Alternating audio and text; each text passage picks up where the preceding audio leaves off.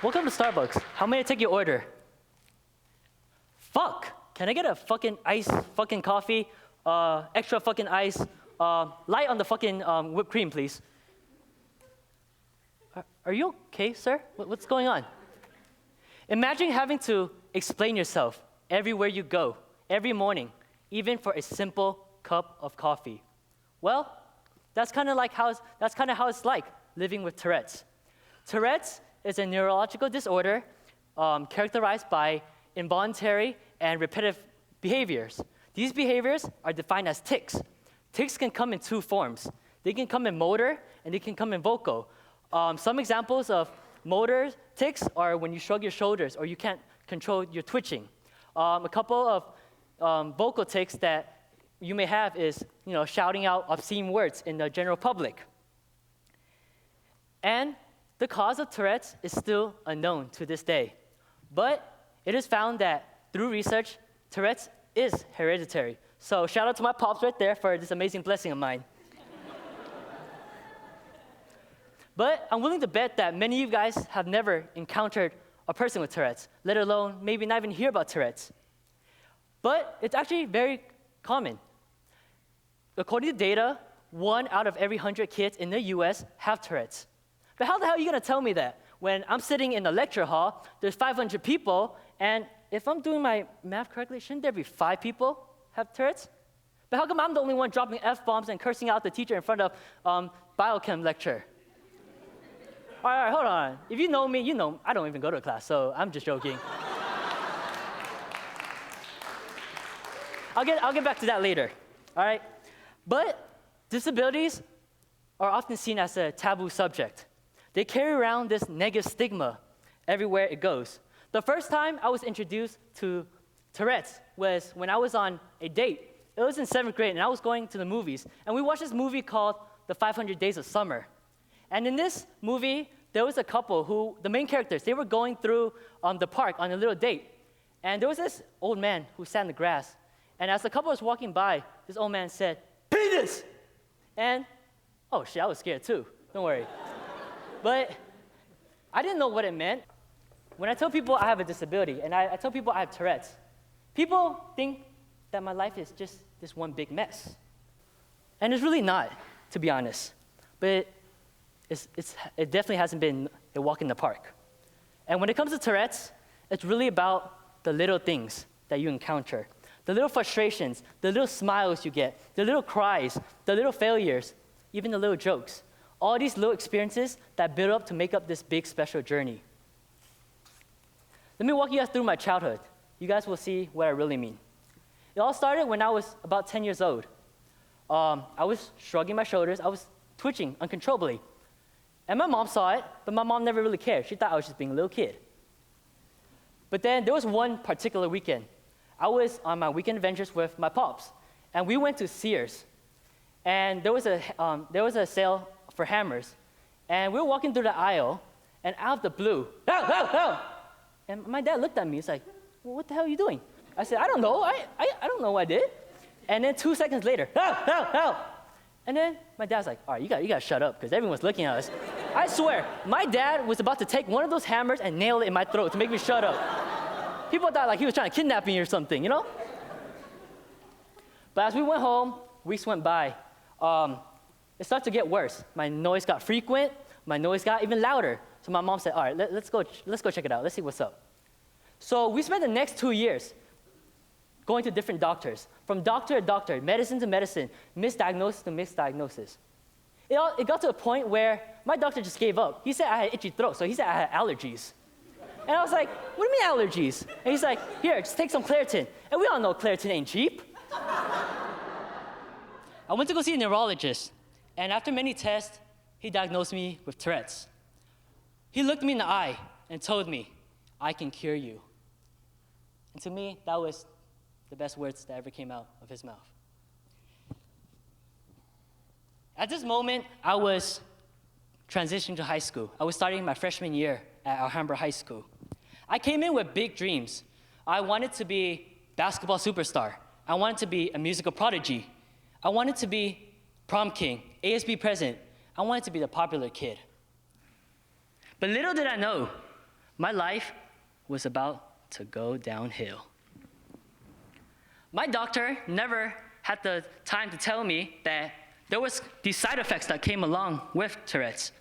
To name a few: insomnia, fatigue, dizziness, nauseousness, drowsiness, depression. So I did what he did. I did what he told me. I took the medicine. Within the first 6 months of taking medications, I gained 50 pounds. 50 goddamn pounds. And this led to me getting kicked off the basketball team. And that was, the first struggle, big struggle I faced. I went day to day feeling tired, feeling sluggish as I woke up every day. And so I spent my class time sleeping, okay? And we all been through high school, most of us, and we know that we're just looking at the clock waiting for the time to tick down. I was different. I wanted the period to keep going because once that bell rung, that means I had to get my ass up, walk to the next class across the school just to put my head down and go back to sleep. But throughout the years, my symptoms got worse.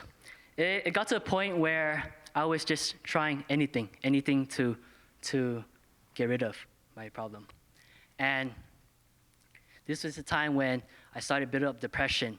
I found myself laying in my bedroom, side to side, rolling around, waiting for time to pass. The biggest hit that I took was my self-esteem and my confidence. Let's not even talk about the dreams. Let's just focus on trying to graduate high school, trying to get to college. Let's worry about that first, because that was my biggest issue. And at the time, we pretty much gave up on that neurologist. He told me, I can't help you anymore. I'm gonna send you to another neurologist. So my mom, my grandma, my whole family, we went out looking for different ways to kind of help me. I remember a time when my mom got so excited because there was this monk, some lady from Vietnam who came over. And what she did was she stuck some needles in my body, trying to do some acupuncture. That didn't work. Okay? And then I also tried going vegetarian. You know how hard it is to go without a burger for 2 years? That was like a bigger struggle itself. All right? And let's talk about this one time. This one guy, I guess he's called some Chinese doctor, he came and he squeezed like parts of my body. It got pretty uncomfortable. And then he told me I had all these, he said in Chinese, I didn't understand what he said. I just shook my head and said, okay, cool. So he mixed up this little magic potion of his. It was black, and I thought it's gonna be like some kind of, sweet drink like a Coca-Cola. I opened that pouch, took a sip, and I spit that shit out. Let me tell you, that shit was as dark and bitter as ink. It was like ink water, I'm serious. So high school was coming to a close, and luckily I got into a couple colleges, which I finally chose to come to UCR.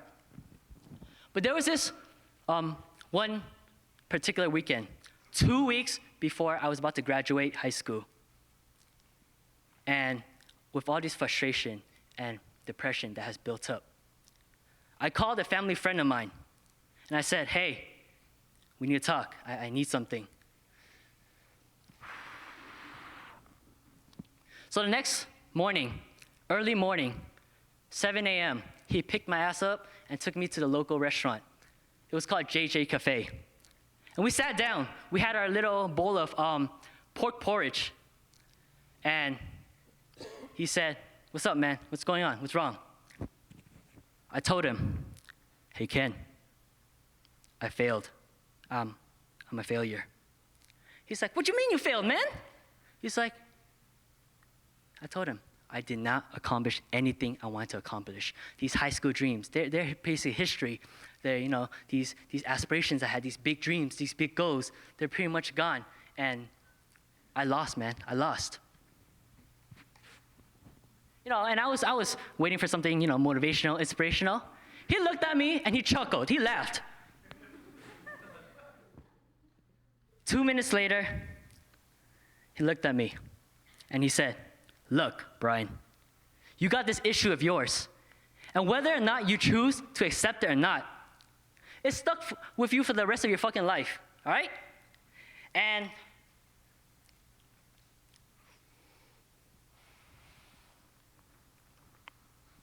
And you're trying to go out there and blame everybody for it. Blame your mom, blame your dad, blame your family, blame yourself, blame the issue itself. You're basically being a little bitch. I was like, dude, I'm crying here and you're just calling me a little bitch. But what he told me was that you got something special, all right? And if you're able to take this situation, this little issue of yours, and you're able to overcome these little struggles, man, you're gonna go out there, tell your story, inspire people. What you got is something powerful. You just have to learn to embrace it. So there I was, ignoring everything he said, because, I was graduating from high school, And 2 weeks later, I graduated, I walked the stage, gave my mom and dad a hug, and there I was, embarking on my new journey at UCR. This time, I came in with positivity, looking for a new beginning, a fresh start. But let's be realistic here. My first few quarters, it was hell. I still struggle like every other college kid. But then, as these obstacles start coming, these challenges start coming my way, and I start, handling them and kind of persevering through them, I started to see what he meant. There was so much of these little beautiful lessons that I've learned from each and every obstacle, each and every failure. And I'm gonna share a couple examples with you. Because of this vocal tics that I encounter, when I go order coffee, I'm always cussing out the cashier. But because of that, I've met great friends who have become my big brothers. I've worked on my social skills through that. I've been able to gain my confidence slowly and surely. Music, piano specifically, was always something that got me through dark times. During depressed, rough times, I just put on those headphones and play my heart out. Because why? It took me to an escape where I was just able to let free. But then I started to use it to a way to inspire people. I started going out there, reaching out to organizations. I performed all around campus, the bell tower, events, weddings, ceremonies. I even performed for the chancellor of UCR. Remember how I told you I gained those 50 pounds? Look, it's all gone. I got that six-pack now. I'm ready for summer.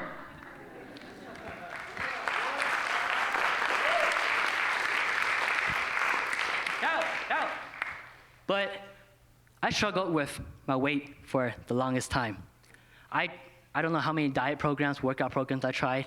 It got to a point where I was trying diet pills, these green tea extract things that were proven to make you lose your belly. I don't know, I tried everything. But what I realized is, if I love basketball, and basketball made me feel competitive, it made me feel powerful, and I'm going out there, and I'm playing basketball, in a way, that has made me lose weight and gain new network opportunities. I even got myself on an intramural team this quarter, and I'm playing tomorrow, actually. So if you guys are free, come through and watch. I'll be on the bench, just bring me a Gatorade or something. But look, although I have made progress, although I have stepped it up, I still struggle day in and day out. Everybody out there, I'm sure you guys got your own struggles, all right? You guys got family problems, wife problems, you guys got job problems. You guys are struggling to get into medical school with a 2.0 GPA. Medical school ain't for me. But look, I have no right to say I completely understand how you feel, because I don't. You're in your shoes, I'm in my shoes. But we both got our struggles here. And hopefully, from my story, from my journey, you can take that and apply it to what you're going through. Whatever big obstacle you're going through, I encourage you guys to look deeper into the little true beauties that lie within.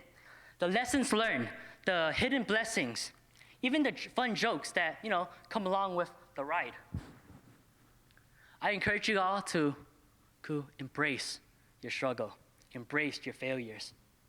I want to end with a quote from a very special person of mine. My grandpa passed away 3 days ago, and he always told me, as we're sitting on the porch waiting for my mom to come back from work, he said, look, Brian, your monies, your golds, your jewelries, your rings, anybody can take that away from you anytime, any moment of day. Somebody can steal all that, take that away from you. But you, your hard work, your commitment, your dedication, the legacy you leave, the moments you put yourself in, ain't nobody ever taking that away from you. And I'm standing right here with the light shining down on me. This moment, nobody taking that away from me. So look, when times get rough, and you feel like giving up, you feel like falling and never getting back up, you just gotta remember, just keep walking. One foot in front of the fucking other, keep walking, because you will get there. And thank you all for coming.